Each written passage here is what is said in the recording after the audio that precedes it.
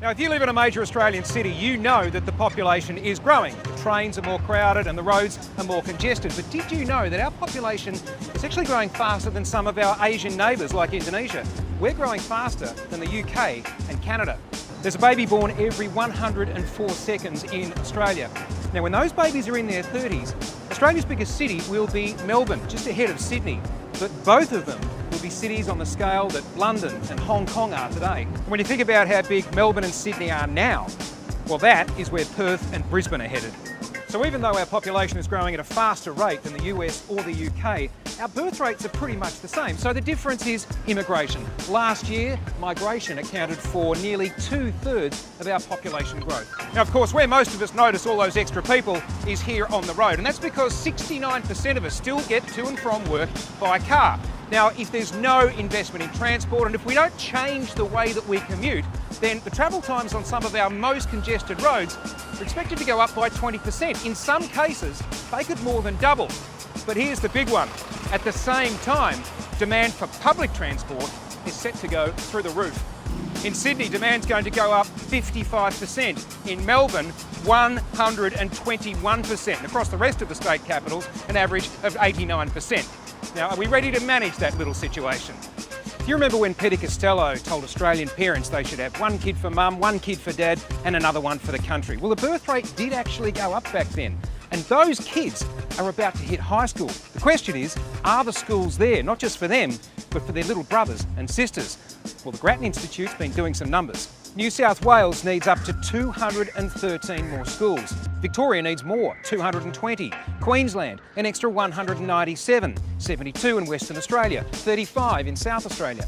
Now, while all this is happening, we don't have a national population policy. We don't have a population minister. So who's in charge? Griffith, a rural town an 8-hour drive inland from Sydney, might not sound like a particularly multicultural place. But in fact, 28% of people here were born outside Australia, exactly the same proportion as for Australia as a whole, and they're easy enough to find. Immigration adds 1.1% to Australia's population every year, more than the birth rate and rising life expectancy combined. As a percentage of the population as a whole, only Switzerland and Norway take more immigrants among countries belonging to the Organisation for Economic Cooperation and Development. When immigration to Australia is generally in the news, the stories are about those the country stops from coming in, asylum seekers. But immigration here is actually pretty high. A recent government report projected Australia's population would nearly double to about 40 million in 40 years. Many argue, though, that that figure is still too low for a country of Australia's size.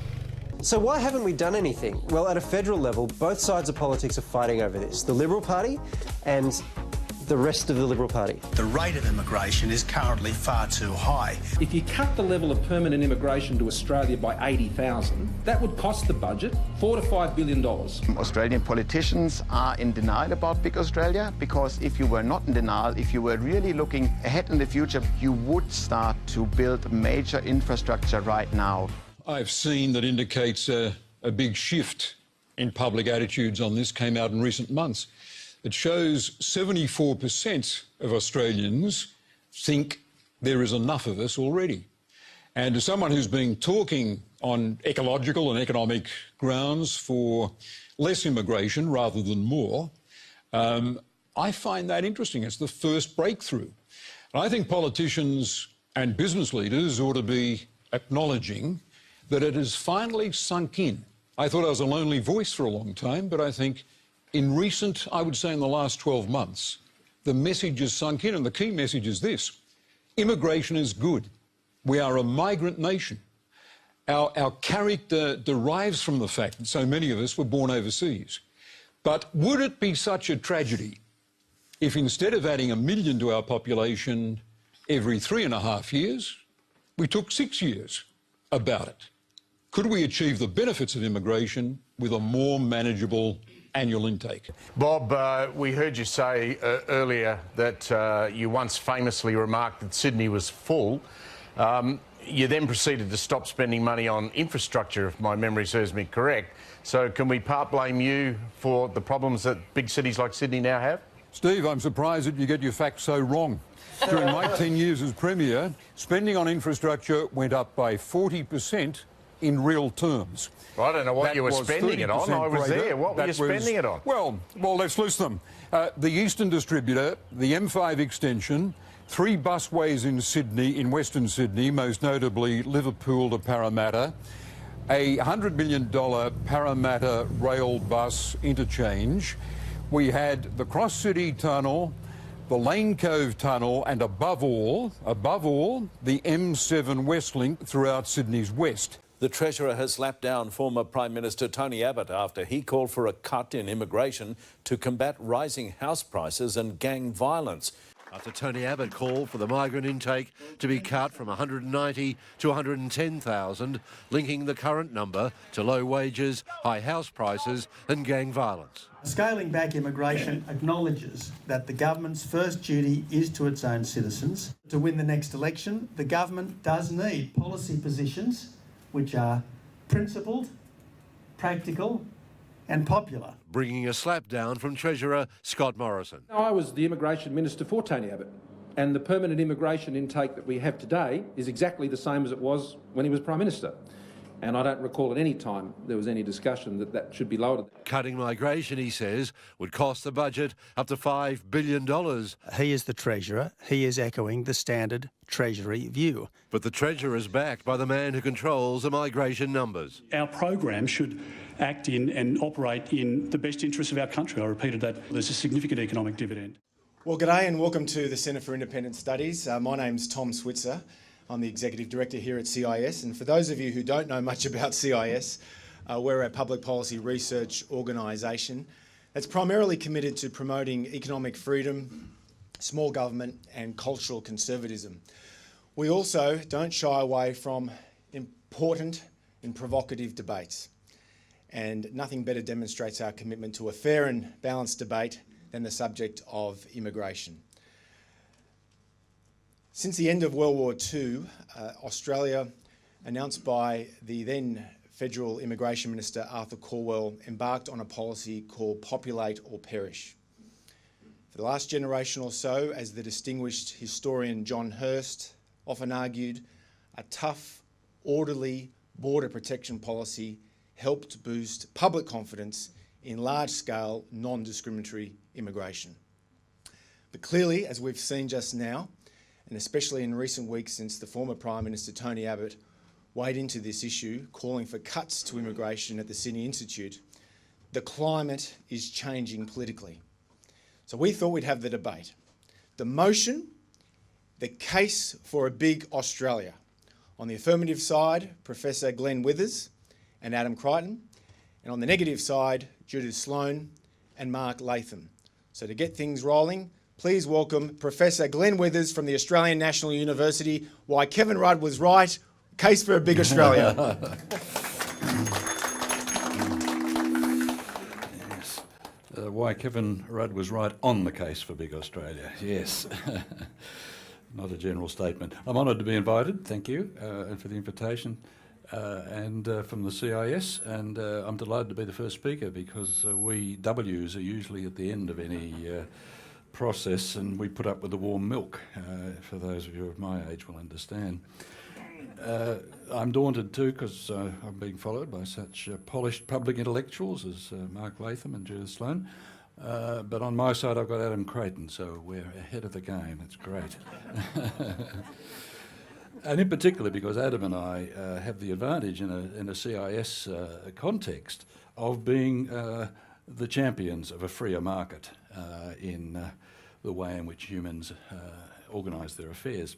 In this case, it's the opponents who are the command and control folk. They are the proponents and concerned about market failure, spillovers and such like. And we, in the case of Adam and I, are on the side of quite commonly expressed business views, and I do note that both Mark and Judith have expressed views earlier that I would say much more like green environmentalists and union officials on immigration matters. So we start with, I think, a significant advantage in this discussion. But of course, I'm not a polemicist. I'm somebody who lives in logic and evidence, which is, of course, what our side of the debate will be relying upon. We have no truck with more border force and more Moscow and Mongolo to control people movement. Let me start with a proposition, which is that there's a range of global studies in this area that look at population in a global sense. They find that global population is actually levelling out in terms of growth and will probably peak by about 2050 at the global level, and that if you allowed free movement of those peoples who wish to relocate around the globe, you would conservatively at least double global GDP, and hence when we're talking about the given population then, you'd have doubling of GDP per capita. So in fact, following the globalisation logic from free trade and free investment movements into people movements would, if there was nothing inhibiting those movements, be a significant benefit for humankind in material prosperity. So this is an interesting, strong intellectual point, I think, to start with, because it times in with the global battle at the moment over protectionism versus globalisation, with the ironies attached to that of the American president being the champion of protectionism and the Chinese president being the champion of globalisation. So it's confusing times, but in our case we want to look at how that works itself out in the area of Australian immigration matters. But it does, this debate that's been opened up, including by people like Mark and Judith in particular actually, along with others, Dick Smith and Tony Abbott, have brought it to some significant prominence lately. And it's a good time to look at these sorts of issues, because I'm also an economic historian, and I've noted that in the post-war period we've had a period of under sort of Menzies and his predecessor Chifley, a 26-year long boom, and then we had about 10 years, a decade, think of it a quarter century and a decade, of political confusion, where we went from Holt, McEwen, McMahon, Whitlam, Fraser, etc. That was resolved by the Hawke, Keating and Howard era, which gave us another long period of boom. But at the end of that period too, there's been a rather confusing decade, which is the period of Rudd Gillard, Rudd Abbott, Turnbull. It looks like we in Australia have a pattern of being able to work well and live together well as a prospering society, because we're one of the more successful societies, for a quarter of a century, but then our adaptation to that starts to have us interrogate ourselves and rethink what we're doing as a society. We're doing that right now. We've clearly been through that period. So we're at a crossroads, which we often say, but genuinely I think from that historical construction, we're at a crossroads. Part of that is a reconstruction and re-examination of what it means for us to have the immigration foundation for our country that we've had. Literally 30,000 years ago, but most recently in the last couple of 100 years, one of the higher immigration countries in the world. We've got 25% of the population overseas born as a sort of factoid, and about 40% plus are either a migrant or the child of one migrant parent at least. So we're talking about something pretty fundamental to the nature of Australia. And it's something that overseas you might say, golly, look, there's a lot of recognition of Australia's achievement here. Why are we worrying about it? Why have we got the angst? The Brexit debate and the US presidential election held up Australian immigration as worthy of admiration and emulation, and yet we're agonising. But the fact is there are genuine issues that are worth agonising over to get the settings right, particularly at this time in our historical evolution, because getting that right helps define the nature of Australia for the future, and we want that to be the most appropriate.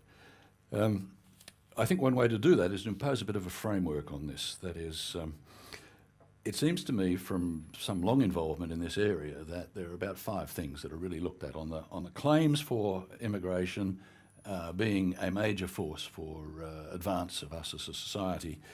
There's a claim for economic vigour, there's a claim for social savings, and there's a claim for global positioning. But on the opposite side, on the pain rather than pleasure side of the calculus, there's a lot of concern over what it means for cities and the environment and what it means for social cohesion and culture. And examining each of these items, if you're not going to be an absolutist and simply say one of those matters to me, and that's the end of the story.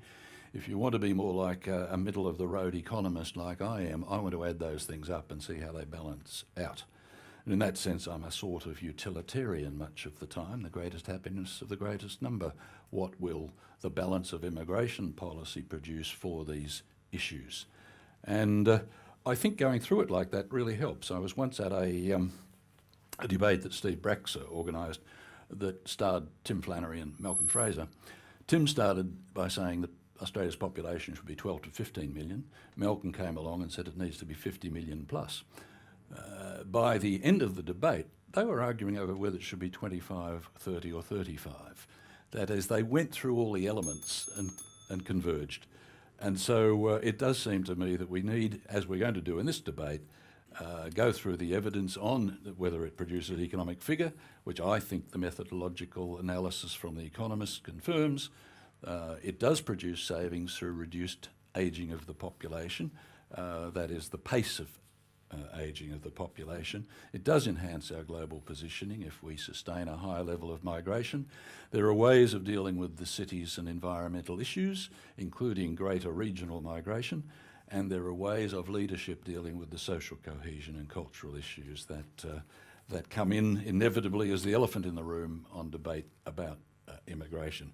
And I'd be very happy to elaborate on any of those and put where immigration fits into the much bigger context of it being part of a package of the reinvigoration of Australia through very substantial redevelopment of economic reform on the commercial side and investing in our capability in infrastructure and investment and in education, investment in education and innovation on the capability side.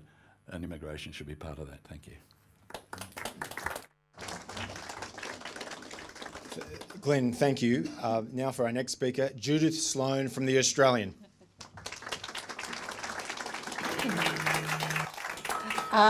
Thank you very much. I think one of the things that we need to sort out at this point is what are the objectives that governments should be pursuing when it comes to immigration and, I guess, population. To tell you the truth, I'm a little lukewarm about the idea of a population policy. That sounds sort of very central planning to me, but I'll come back to that. It seems to me that the objective should be to maximise the well-being of the incumbent population. Now, I don't know, some of you might have seen Peter Martin's absolutely extraordinary article saying that, in fact, the objective of the Australian government should be somehow to maximise the welfare of the world, and that Australia has some social licence to populate the country with people from all over the place. I fiercely reject that proposition. And I think it's quite important when you're thinking about this topic that maximising the well-being of the incumbent population is probably what most people would agree with, okay?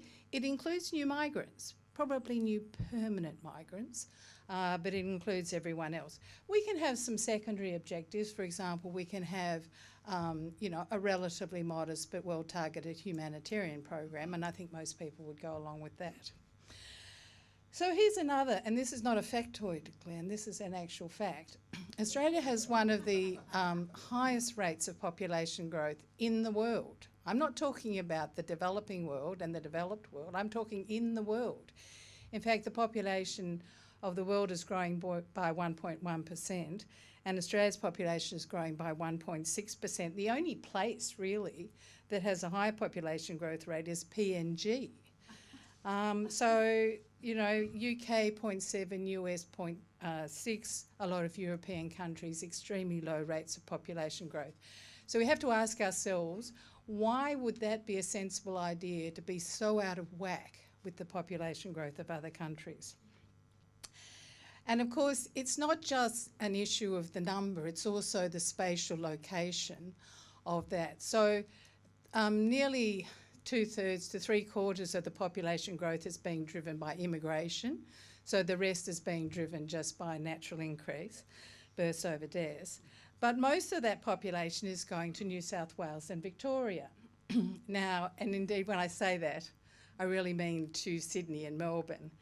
So about 2/3 of the growth is coming to those two cities. And it's all very well to be sanguine about, oh, we can fix up the infrastructure problems, we can fix up the loss of urban amenity, we can fix up the environmental pressures. I'm not nearly so sanguine, and do we really trust state governments to be able to do it either in a kind of practical sense, but certainly in a timely sense? So let me just talk about the economics of immigration, because I guess that's my area of expertise, although it's yours too, Glenn. What does the economics of immigration tell us? Okay, what it tells us is that there is probably a very small positive impact of immigration on per capita GDP or per capita income, okay? Everyone here will agree that there's no point talking about absolute growth. Of course, if you grow immigration, you grow the absolute size of the economy, but we must be concerned with per capita growth.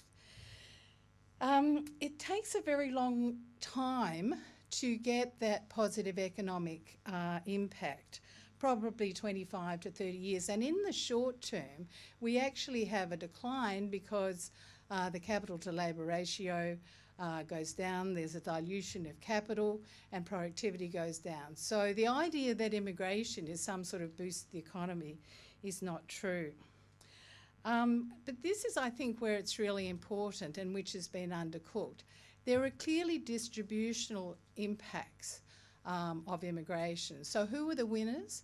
So the winners, of course, are largely the immigrants themselves, okay? Businesses can't get enough of this. This is great, you know. We're growing their business for them. We're providing them with workers, which they might otherwise have to train. So businesses, they're also the beneficiaries. And complementary workers, workers who have skills that complement the immigrants. Workers who have substitutable skills, they're clearly the losers. And I refer in particular to the work of George Borjas, who of course is a Cuban immigrant, professor of economics at Princeton, who has done some incredibly interesting stuff about the distributional implications. The other thing, of course, is that these economic studies, so remember the very small, long-run per capita economic gain, don't take account of the loss of urban amenity, congestion costs, environmental pressures and the like, possibly house prices. So I think if you were, and you know, I'm a great empiricist too, Glenn, if you added those up, there's no doubt in my mind that the economic impact would be significantly negative.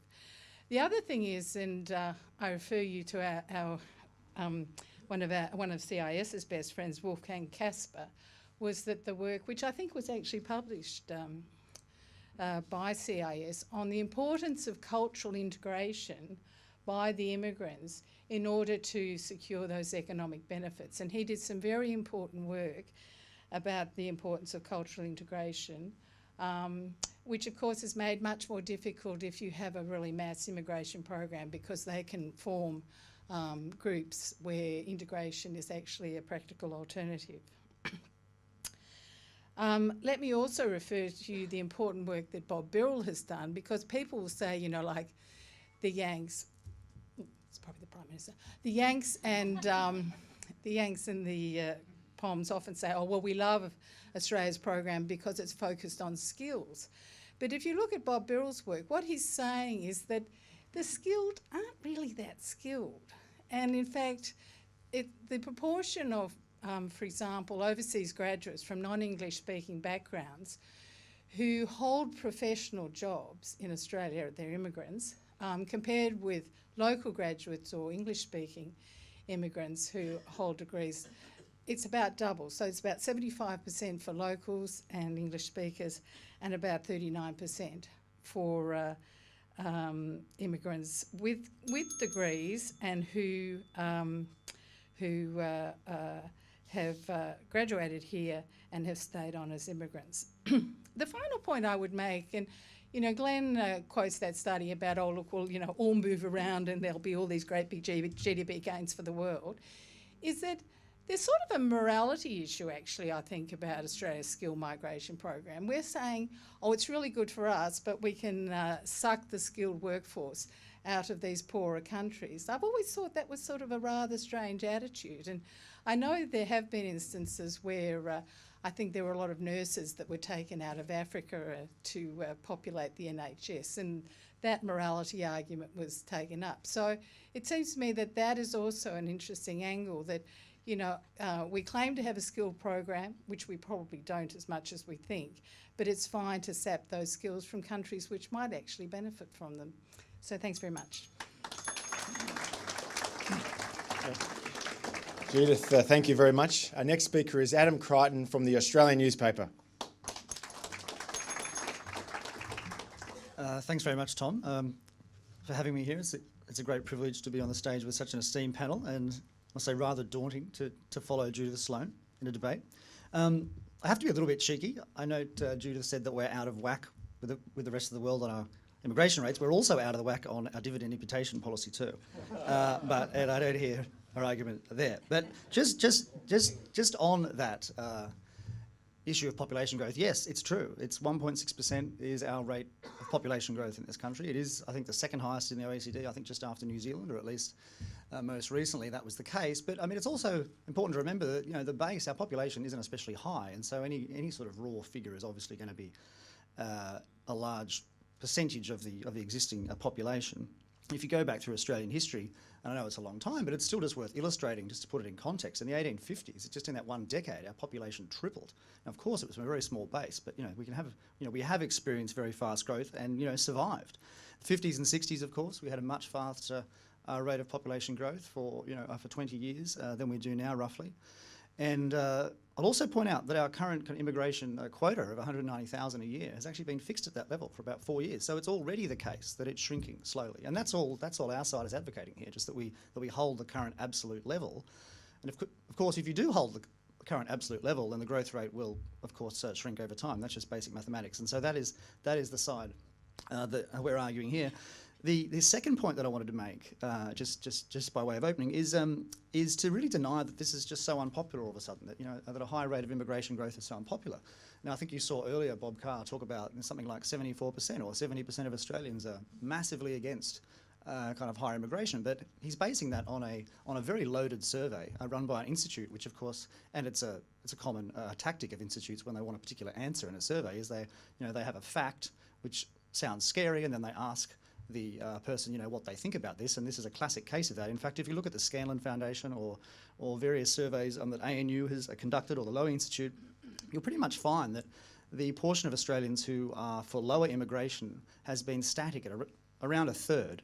I'm not saying that's small, but it's a third. It's not 75%, and it's been static around that for quite some time. So just those kind of first 2 points I wanted to make, just to kind of deny the issue in the first place as being something we should be so worried about. But the reason that some people think it is an issue, I think, and they're mistaken in this regard, is that it's, you know, dragging down our wages. Well, wage growth is slow pretty much in every country in the world. It's got nothing to do with Australia. It's a universal phenomenon at the moment.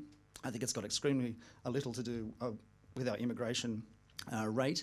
And secondly, of course, house prices. You know, the perennial Australian issue. Well, asset prices have soared around the world. It's got absolutely nothing to do with the rate of immigration, really. I mean, maybe slightly at the margin, but, you know, the huge fall in interest rates around the world, which again, you know, you can argue is artificial, kind of induced by government, but that has seen house prices and stock prices soar, and that's created all sorts of problems. But we can't blame the rate of immigration for that. But certainly that's not to deny that a bigger population does lead to greater congestion. And I think, you know, this is what's driving some of this. I mean, Sydney and Melbourne in particular are getting bigger, and this is increasing commute times and so forth, and this is making people angry, and this is why it's a political issue. But I would rather say, look, let's focus on the problems and deal with those problems. And they're not trivial problems. I mean, Judith's right. You know, we are bad at this, and it's no point just being kind of hand wavy and saying, oh well, you know, we'll fix it. I mean, these are major issues about, you know, how our state governments plan, how they build. But I think it's better as a country if we focus on fixing those rather than halving the rate of our immigration growth, which I might add would be a big shock to the economy. I mean, that really hasn't happened. I mean, the last time we had an immigration rate like half what it currently is, population growth rate, was the 1930s, I believe. And of course, yeah, that was the Depression. I mean, you find that when an economy is going well, when a country's going well, of course its population is going to grow rapidly. And so it's a vote of confidence in this country that we have such a high population growth rate. It's because people want to live here. It's a great place to live. You know, we've been a capital importing country for a very long time. And so if you're going to import capital, you have to import people too. I mean, you can't just keep having the capital and, you know, kind of choke off the people. That doesn't work. You know, so the issue, I think, you know, the solution to this kind of simmering angst, I think, is really to have better planning and better density. I mean, it's just atrocious how bad it is in this country. You know, for instance, you know, the factoid I always use in my columns, I've used it quite a few times now, and I find it remarkable. But you know, we have in the last 12 months to November last year, there were 44 new dwellings were approved. That's homes and apartments, dwellings in the eastern suburbs. Wallara, 44, that's all, right? There's a population of 60,000 there and only 44 new homes were allowed by zoning.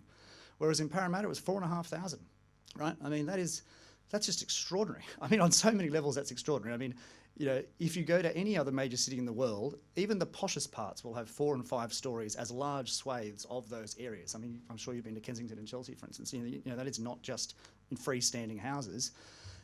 So if we have a more sensible zoning policy and we increase the number of stories that are allowed in some of the inner ring suburbs, and yes, including some of the posh ones, you know, I hate to say those ones too, you know, we can have a higher population rate, you know, stable population, and plus it also brings down the cost of infrastructure, right? Because you don't need to have so many train stations. You know, you can run the trains more frequently and so forth.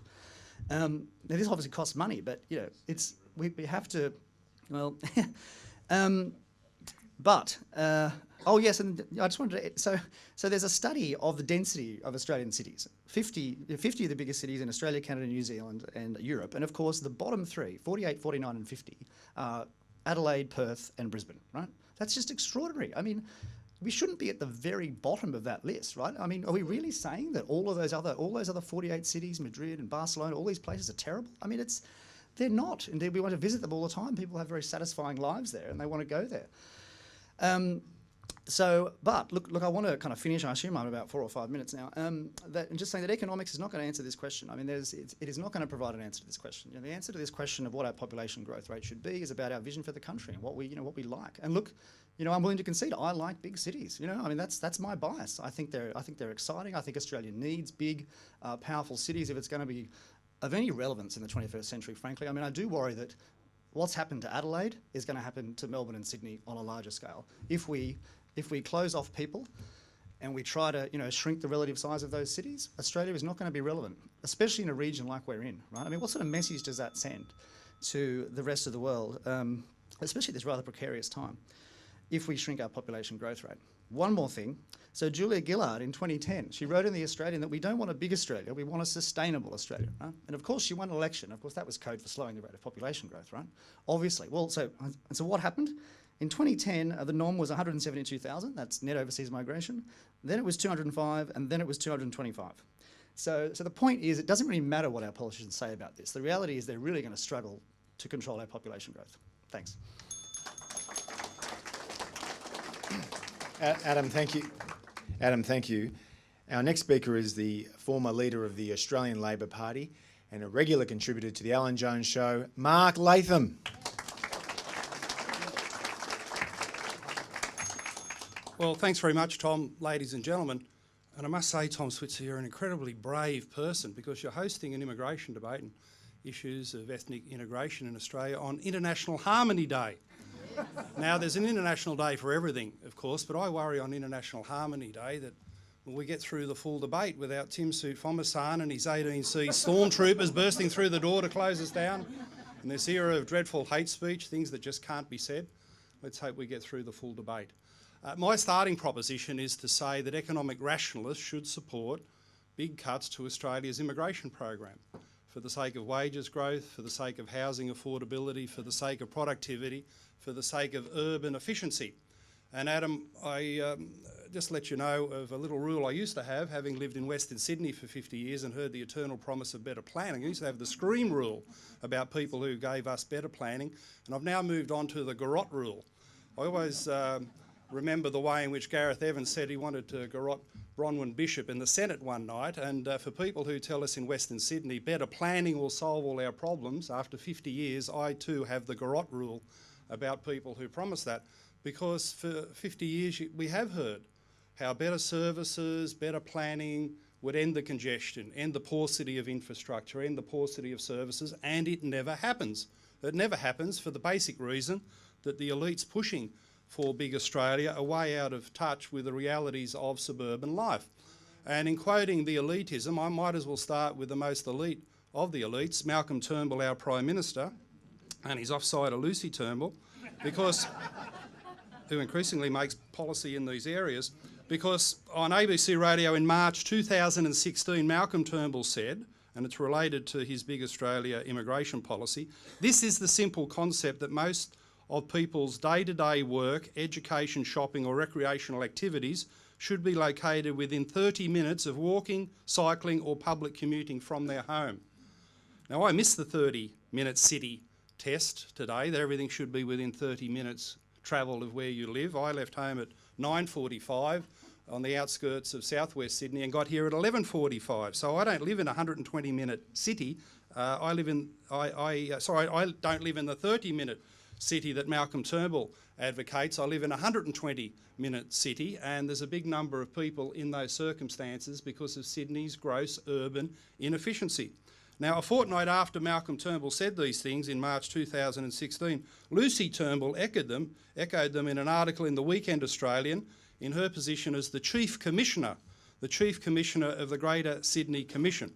So unfortunately, in terms of urban efficiency and big Australia migration, Malcolm and Lucy have become to this policy area what Joe and Flo were to good governance in Queensland. And we are feeling the adverse impacts. Lucy's Greater Sydney Commission has said that Sydney will accommodate another 1.8 million people over the next 18 years. That is nearly an extra million people per annum. In April 2017, the City's Minister Angus Taylor said already 2 million people call Western Sydney home, and that will increase by another million in the next 20 years. And this has given rise to the concept that I describe as the upside-down city. I can remember in the 1970s with the centre and radial spoke system in Sydney and other Australian cities that everyone assumed that the most congested spot was in the middle. The centre of the cities were congested.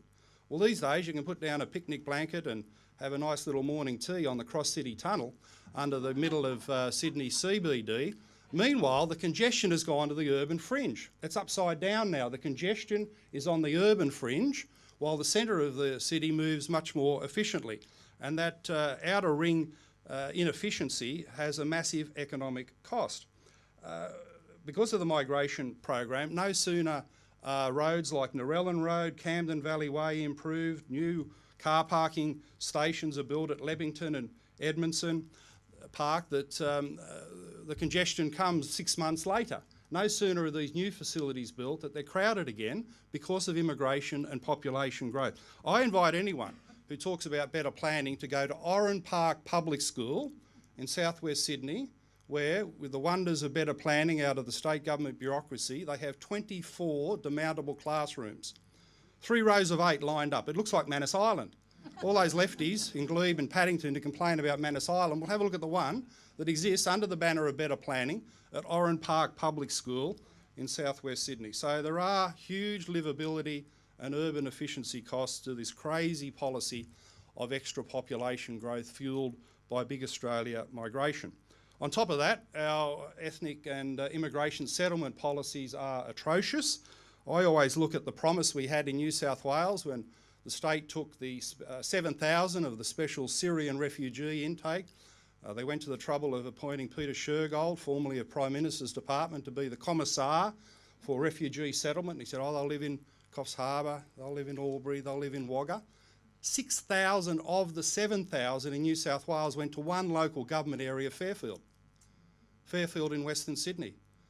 And the problems of integration and service delivery, Fairfield has the highest unemployment rate in New South Wales. You know, I did a couple of surveys recently in the town centre of Fairfield, and 90% of people there don't speak English.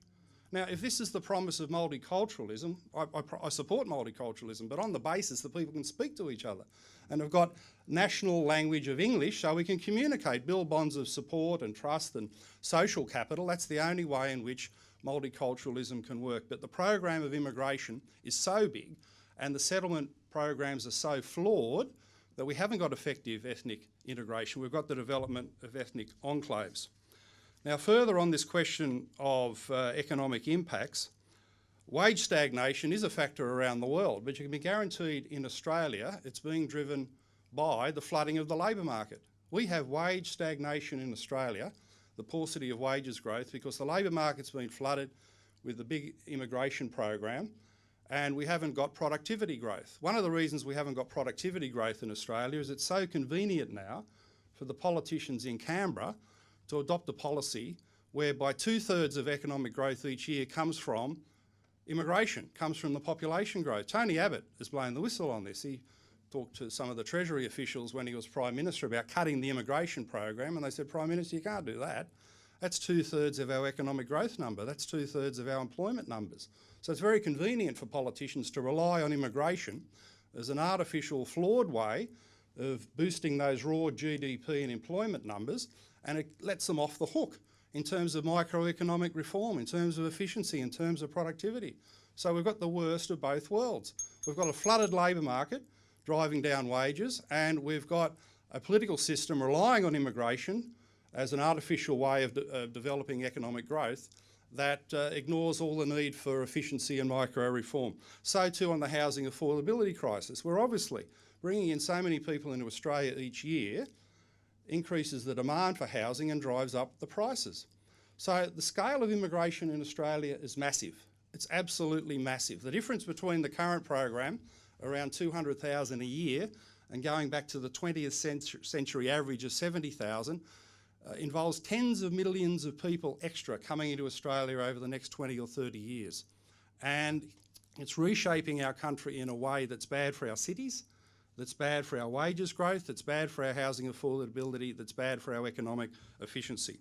I agree with Judah Sloan in saying that the purpose of Australia's economic strategy in terms of migration must be to do the things that are right for the people who live here now. I'm glad I missed the Peter Martin article from Mars saying that we owe the rest of the world our social licence of assistance, because they never give any of that to us. So the purpose of our immigration policy must be to do the things that are right for the people who live here now, rather than the fantasy that we owe things to the rest of the world. We have a humanitarian program. It doesn't work very well in terms of settlement, but in terms of owing things, we owe it to the people who live in the congested cities, on the crowded streets, in the rotten, demountable classrooms at places like Oran Park. And we owe it to wages growth, housing affordability and productivity in this country to reduce the immigration intake back to the 20th century average of 70,000 a year. That would be the smart thing for our country, and it's a thing that every single economic rationalist in this room should support.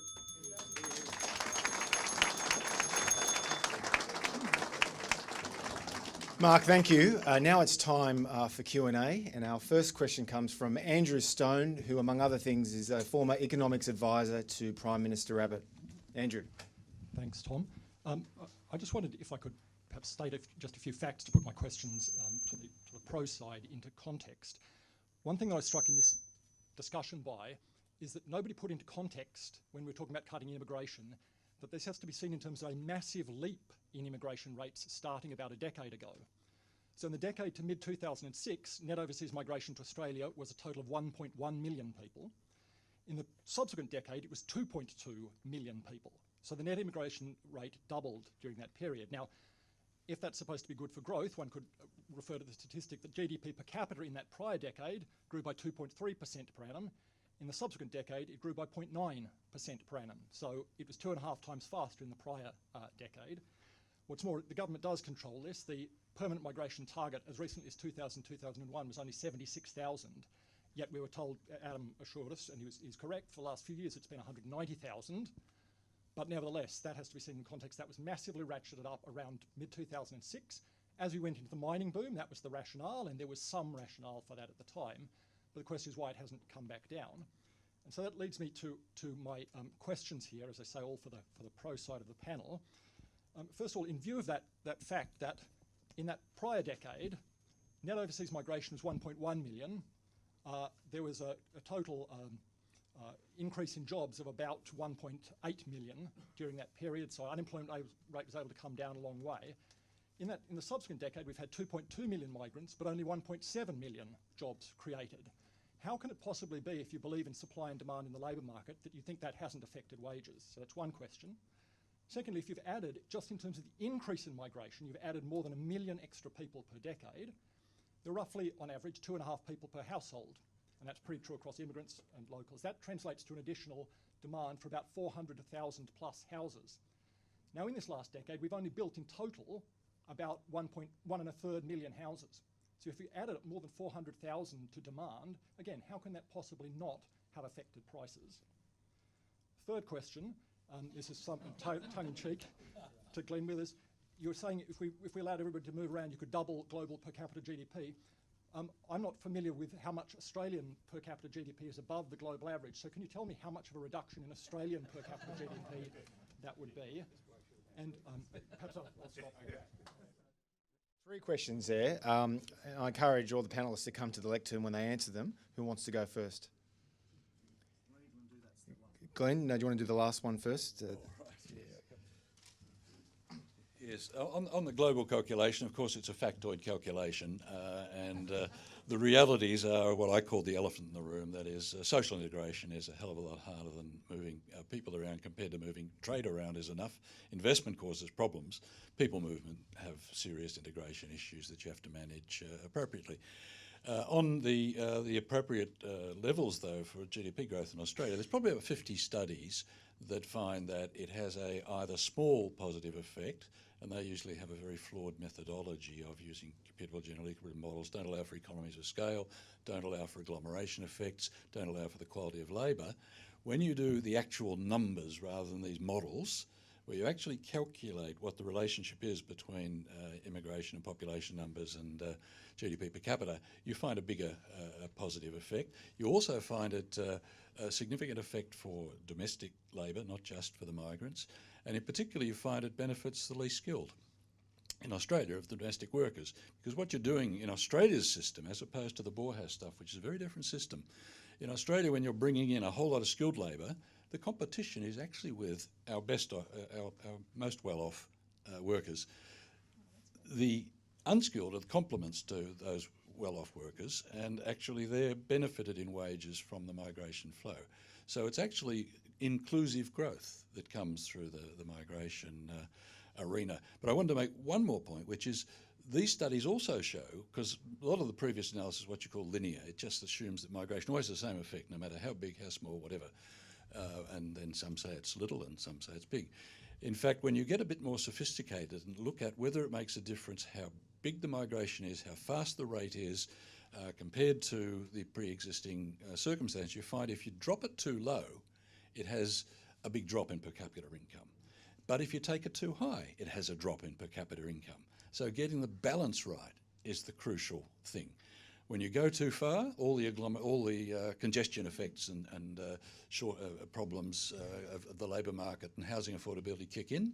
But if you go too low, you cause the demand for the economy's outputs to fall too much, especially too quickly if you do it fast. So there's a middle point, and we had it during the GFC. One of the reasons we've had a period of expansion for 26 years compared to just about every other OECD country. The only one that hasn't had a recession in 26 years is not just the brilliance of our Treasury officials or our Reserve Bank governors, it is actually a sustained, solid underpinning of growth of population that underpins in turn the animal spirits of our business investors who kept business running in Australia throughout that period. And there is a GDP effect alongside a GDP per capita effect.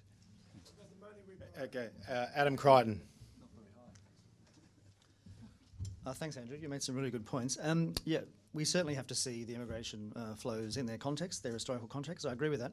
But to arbitrarily compare the decade to 06 and the decade to 2016, I just don't think that we can infer, from just 2 or 3 variables, the role of immigration in that period. I mean, it's very interesting that that we grew so rapidly per capita in that decade to 2006. I mean, I would argue that was because the financial system kind of unleashed itself and borrowed a lot, leveraged everything up, and then of course it crashed in 08, and then there was 5 or 6 years of pretty much nothing much happening around the world, and we're still kind of living with the after effects of that. So I don't know if I'd blame the respective rates of immigration for those two phenomena. But just on the more general point, I mean, surely intuitively, new workers create as much demand, to offset the jobs that they take, so to speak. I mean, after the Second World War, there was all great concern that when the soldiers came back, they'd all be unemployed. But of course, the labour market just absorbed them very rapidly, because all those soldiers, create a demand for goods and services, and then they fill the jobs that supply the goods and services. So I mean, logically, it's not like there's a lump of labour. Isn't it the lump of labour fallacy or something like that, where there's just a certain number of jobs to go around,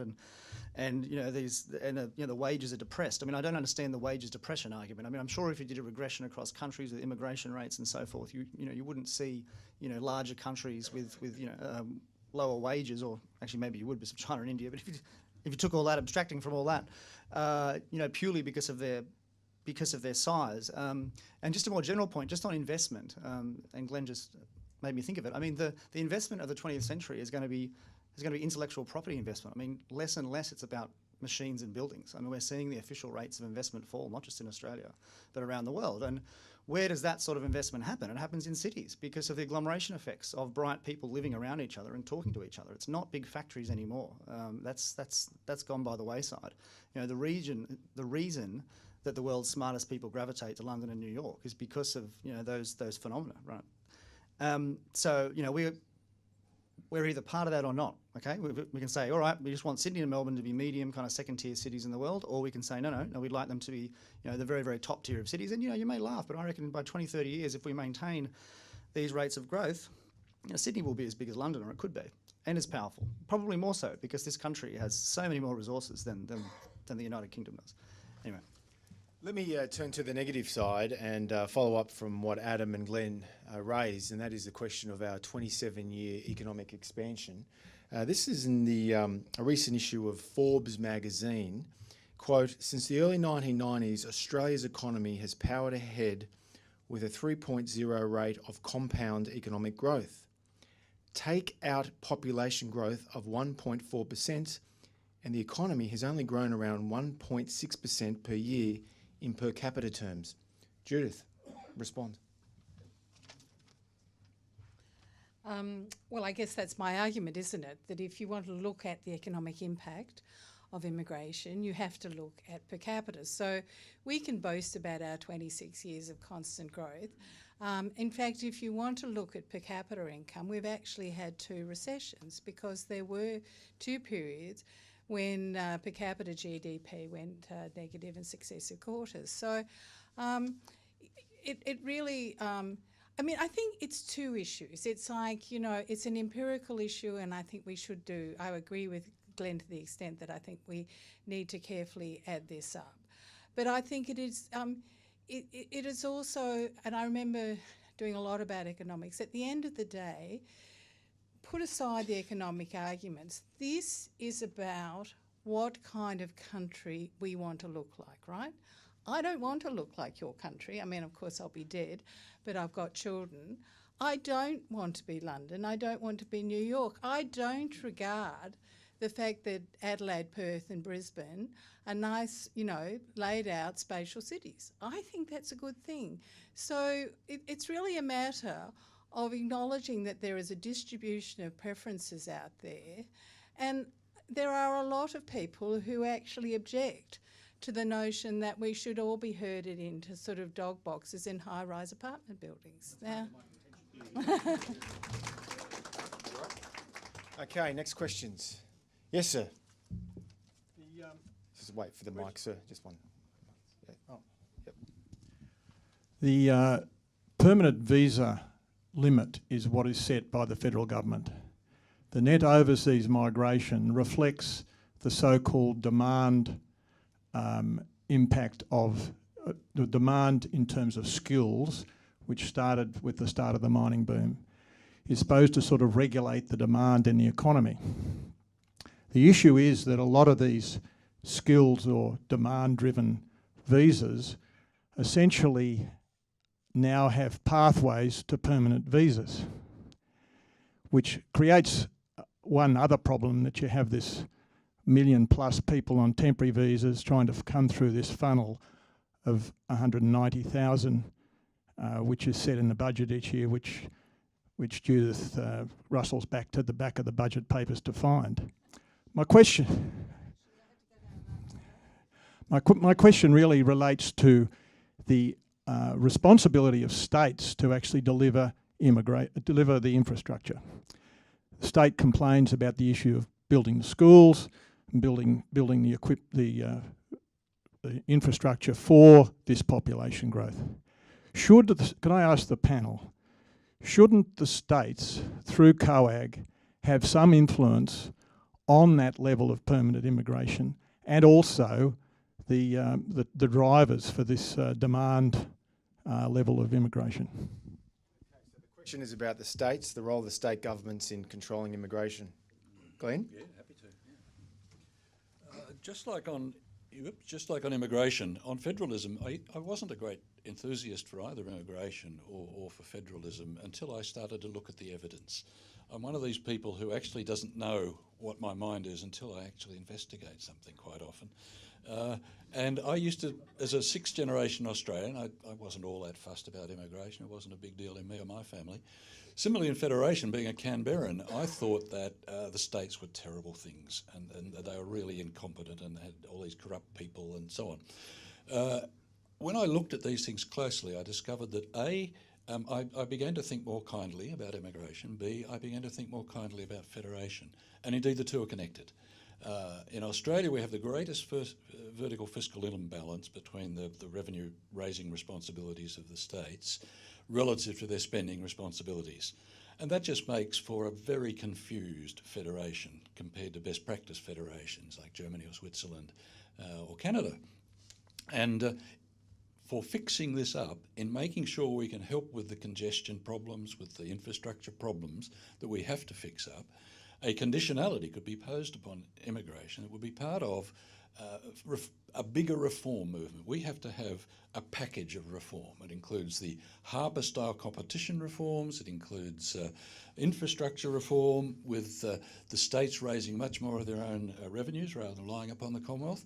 And indeed, when you look at the underlying calculations, federalism reform is probably the single best payoff for reform in the country for our future per capita income. But we're talking today about immigration as such. But to me, behind immigration is the tax reform problem, Ken Henry style, and the federalism reform requirements, which the politicians steer mightily clear of, but are really fundamental to fixing up Australia to be able to manage immigration and population so much better than we do. We do pretty well. We could do even better. Judith, is Glenn Withers' counter-argument plausible? Well, I'm not sure what your argument was actually, Glenn, but okay. You're making a very good point. Okay, let me just, excuse me for being didactic. There is the migration program. They're the 190,000 permanent migrants that we allow in each year. Then there's something called the net overseas migration, and that includes temporary migrants. And if anyone's entitled to be here or has lived here for 12 of the past 16 months, they're included in those statistics. There's no point talking about history when it comes to our migration program, because we never had temporary migrants. We've only had temporary migrants in the past 10 to 15 years. Who are the temporary migrants? They're the international students. They're the 457 visa holders, now called something else. They're the working holiday makers, the backpackers and the like, and they are very substantial numbers. So the net overseas migration, okay, we've got 190,000 permanents coming in. The most recent NOM, net overseas migration, is nearly 250,000. And these are people who put pressure on resources, right? They're not staying here they're not tourists, okay? They're staying here often for 4 years, and your point is absolutely right. What is the motivation, a lot of these temporary migrants? To stay here forever, okay? Now, what is the problem with the temporary migration program? It's legion, actually. But the real point is that it is the gateway to permanent migration, and it is an uncapped program, okay? We don't cap the number of 457 visa holders. We don't cap the number of international students. We might have a bit of a cap, I think, maybe on the working holiday makers by country, but by and large, it's not a cap program, which is one of the reasons this is out of control, right? Why can we put the states into the decision-making for migration numbers? The states are in on this conspiracy. The New South Wales government, so there's a little regional program, part of the permanent migration. The New South Wales government, which has got so many people, the place is bursting at the seams, they're bringing in extra people through the migration. And who are they bringing in? They're bringing in accountants and auditors, because we haven't got enough accountants and auditors, evidently. Absolutely bizarre. But you know why they're in on it? Because it pushes up housing prices. They are addicted to this stamp duty revenue, and they don't want to see that go away. They are very dependent on stamp duty revenue, absent the stuff they get from Canberra. And so I wouldn't be holding your breath. I wouldn't bother putting the states on, because I think you just probably get as bad an outcome. When Tony Abbott recently called for slashing immigration levels, he was overwhelmingly rebuked by his fellow colleagues, including his former ministerial colleagues. One young Liberal, president of the Australian Young Liberals, took to the pages of the Sydney Morning Herald to point out the perils of the former Prime Minister's policy. Harry Stuchbury. Tom, please don't judge me by my association with the Sydney Morning Herald. What about the Fin Review? So by 2055, there'll be 2.7 people of working age for each retiree. Currently, that number is 4.5, and was in 1975 it was 7.3. Surely we need some sort of internal injection of people to maintain a proper balance for our budgetary structure going forward. It doesn't worry the Japanese. Hang on. Okay, the question is to either Mark Latham or Judith. Mark?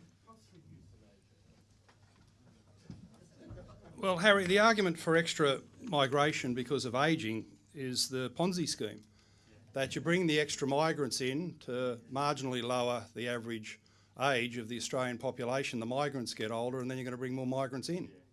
And the Productivity Commission found in July of last year, immigration delays rather than eliminates population ageing. Ultimately, the only solution to an ageing population in economic terms is enhanced productivity by the people who are working, as well as allowing the aged folk to work longer. So if you think the Ponzi scheme is a solution, it's just part of the artificiality of this, that policymakers in Canberra are used to the idea that per capita economic growth is low, the headline GDP figures pumped up with immigration, and so too arguing about ageing when you develop the Ponzi scheme, which is never ending. You know, Australia just ends up 100 million people, and you're just trying to hold back the flood of ageing demographics in a very artificial, flawed manner that, again, time after time, lets the politicians off the hook on the main game, which is economic reform, micro-reform, productivity, efficiency, all the things they can avoid, because they point to the headline GDP figure, safe in the knowledge that it's been pumped up by the immigration scheme. See, all roads lead to problems in the immigration program. Every single economic issue and livability issue in this country leads down the immigration path. And there are so many vested interests holding back common sense public policy. And I'm afraid on the ageing, that's just another example. Okay, we've got time for at least one, maybe two more questions. The former Treasury Secretary, former Secretary to the Commonwealth Treasury, John Stone. I'm not quite sure whether I'm addressing this to both sides or merely to the con side, but two things struck me about the prior discussion, namely the omission of any reference to attitudes in other countries toward immigration, and the second thing, there wasn't even a mention of well, actually Glenn did sort of touch on it by his reference to, I've forgotten the precise term he used, but I was going to say that the thing was missing is any reference to crime. Now, if you look at the first one of those, Brexit was at least half, or perhaps more than half, due to a feeling of absolute rage on the part of the British population, or large part of the British population, about the fact that there were so many people coming into the country and changing the nature of the country in a way they didn't like. Angela Merkel had been more or less thrown out of office. She hasn't yet quite left office, but she's on her way out as a result of what she did a few years ago with allowing in a million or million and a half, I think it was, in 1 year, people from Syria and other assorted places. There's been a backlash in Austria, a backlash in Hungary, a backlash in Poland, at the point where, in fact, none of those countries are agreeing to take any of these migrants, which the EU has attempted to parcel out among European Union members, and in fact they're actually suing Poland on those grounds. And of course the most recent example, the election in Italy, where one of the most successful parties, the one which wanted to get rid of all immigration. So I'm surprised that nobody sort of made any mention of that, or suggested that perhaps, you know, is the world mad or are we the only sane ones? The second thing, in relation to crime, all of those, well, particularly, I was just looking at something the other day about Germany.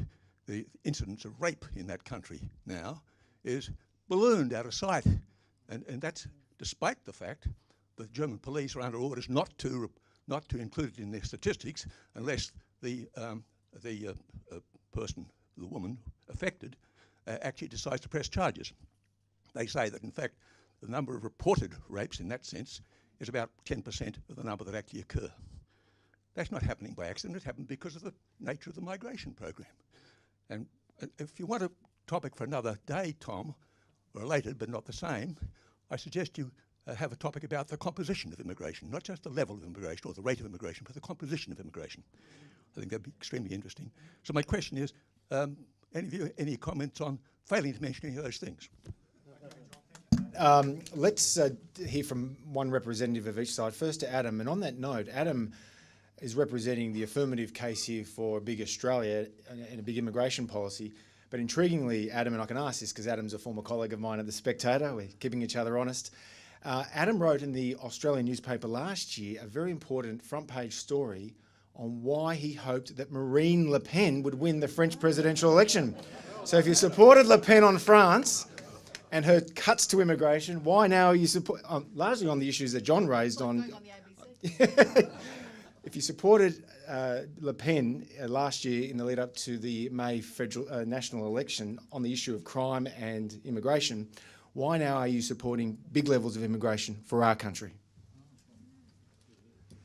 Thanks, Tom, and also John. Great questions, and fair enough for picking me up on that. Well, look,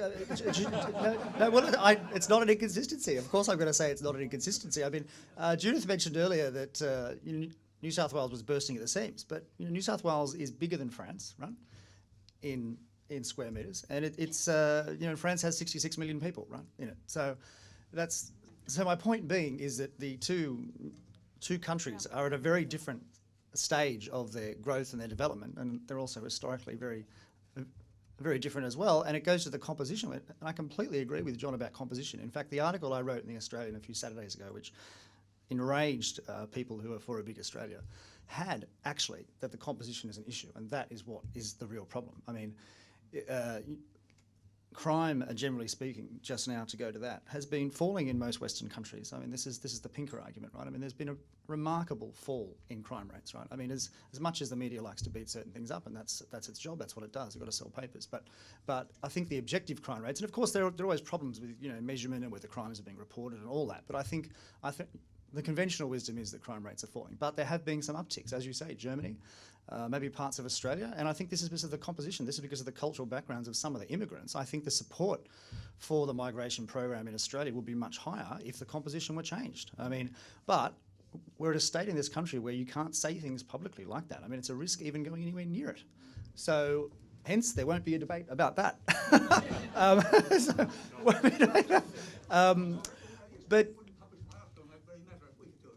Well, that's not my decision, John, as you know. I'm just a mere economics correspondent. But my support for Marine Le Pen was on not just about immigration. I mean, I saw her as a disruptive force, which I think would have been very good for France and Europe overall, and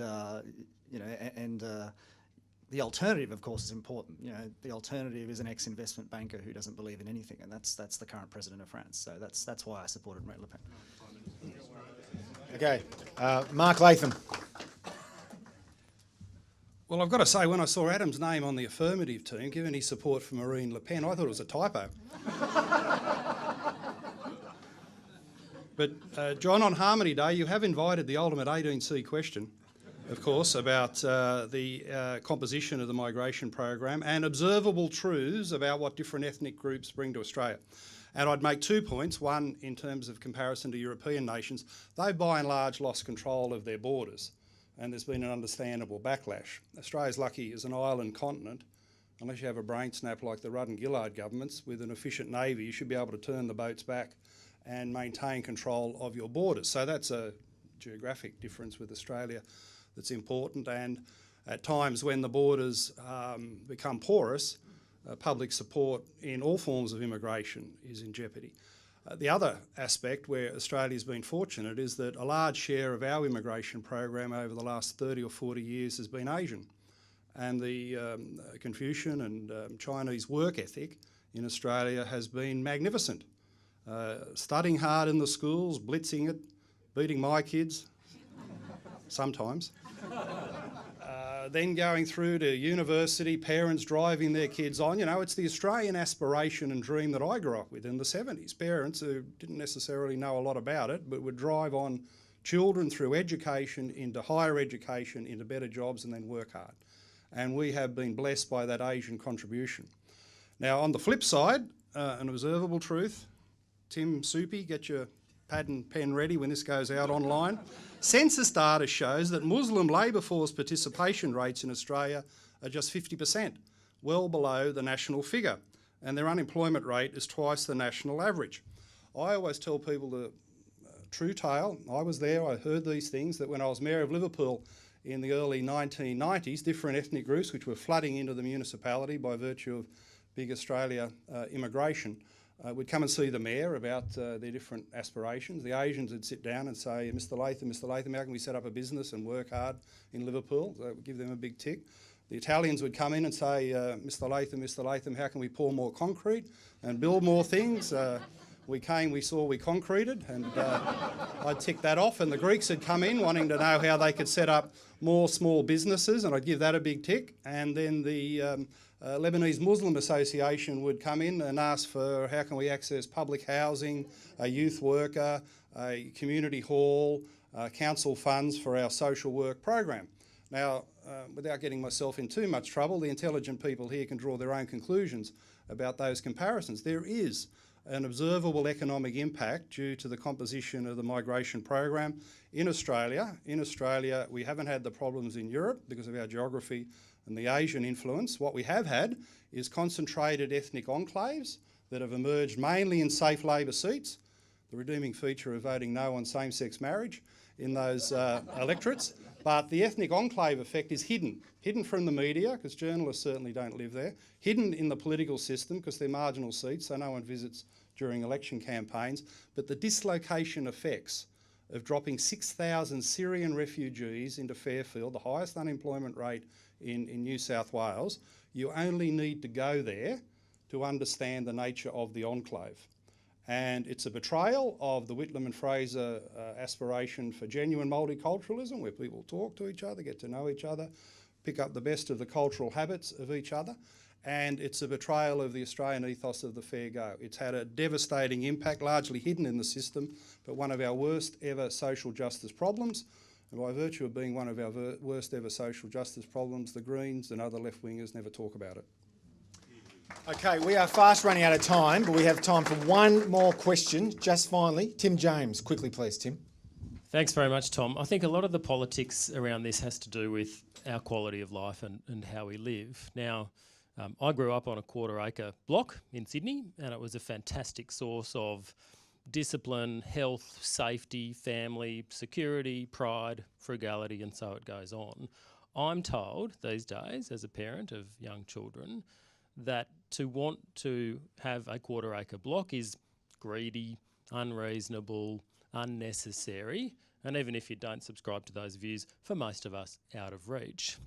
Why is it wrong for me to want for my family what I had as a child, which was so beneficial for our family back then? Thanks. Okay, Glenn Withers.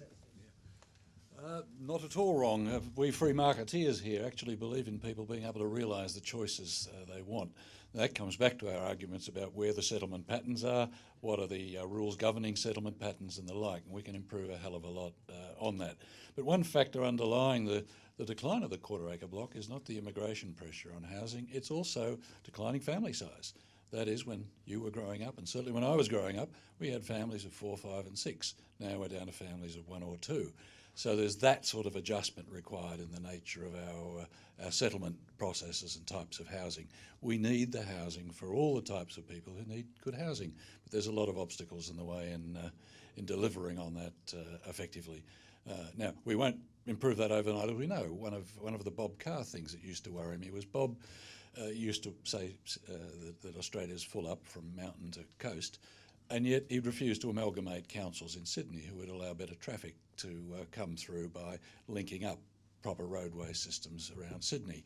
Jeff Kennett was a far better proposition. So you need a Kennett and not a car if you're going to improve things. Now, whether you get a Kennett rather than a car is in our hands as individuals and how we support the leadership we need to get a better pact for the immigration bargain. Not just free-for-all immigration, but controlled immigration that meets conditions for the good settlement of and the welfare of the people of Australia. Well, ladies and gentlemen, we at the Centre for Independent Studies like to distinguish ourselves from the rancour and the rampant polarisation that all too often marks the public policy debate. And I think we've been treated here today to two outstanding schools of thought representing both sides of a very important issue.